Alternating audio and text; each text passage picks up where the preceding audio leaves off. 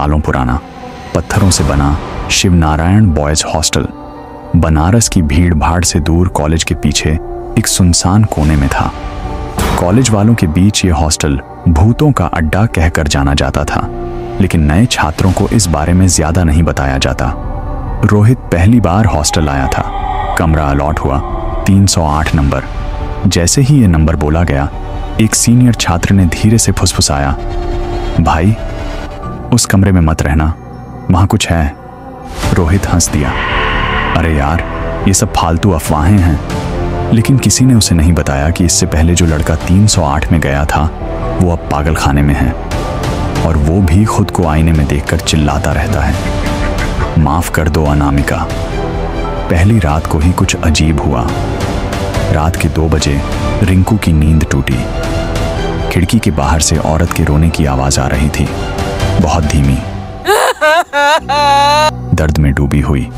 मोनू ने करवट बदलते हुए कहा, यह हर रात होता है, 2:11, खिड़की मत खोलना।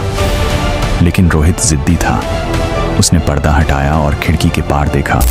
सफेद साड़ी में एक औरत पेड़ के नीचे खड़ी थी।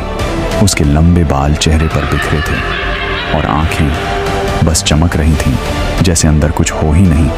अगली सुबह खिड़की के बाहर एक काले धागे से लिपटा जला हुआ गुड्डा लटकता मिला। किसी ने दरवाजे के नीचे से एक पुराना कागज सरकाया था। उस पर लिखा था, वो वापस आ गई है, भाग सको तो भाग जाओ। तीसरी रात को अर्जुन नाम का एक सीनियर उसे छत पर मिला। उसने डरते हुए बताया, ये कमरा पहले बंद रहता था, कोई भी यहाँ रहना नहीं चाहता। 10 साल पहले एक लड़की अनामिका, प्रोफेसर की बेटी, इस हॉस्टल में आई थी। किसी ने उसका MMS वायरल कर दिया। बेइज्जती से तंग आकर उसने तीसरी मंजिल से कूद कर जान दे दी, और वो कमरा था 308। उसके बाद जो भी वहां रहा पागल हो गया या फिर लापता। रोहित को अब सच में डर लगने लगा था, लेकिन उसने हार नहीं मानी। उस रात कमरे में मोनू नींद में बड़बड़ाने लगा, अनामिका माफ कर दो, हमने जानबूझकर नहीं किया था। फिर अचानक दरवाजा अपने आप जोर से बंद हो गया।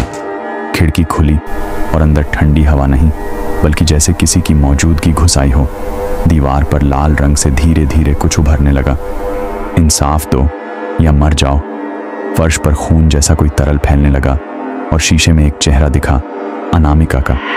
बाल बिखरे, होंठ सिले हुए और आंखें सीधे रोहित की आंखों में झांकती हुई। अगले दिन वार्डन शर्मा जी ने धीरे से कबूल किया, हमने बहुत बार इस कमरे को बंद करवाया, पंडित बुलाए, तांत्रिक आए, पर आत्मा नहीं जाती।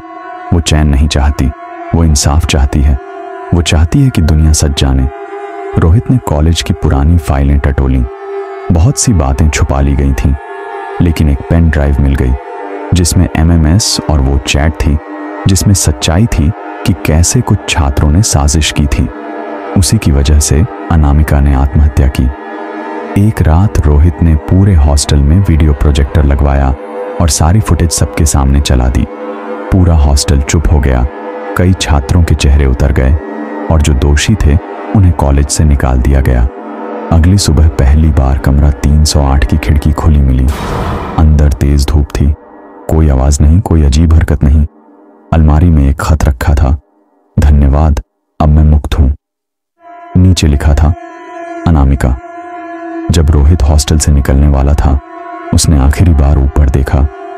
तीसरी मंजिल की खिड़की पर एक लड़की की परछाई खड़ी थी, मुस्कुराती हुई, और धीरे धीरे वो धुआं बनकर गायब हो गई।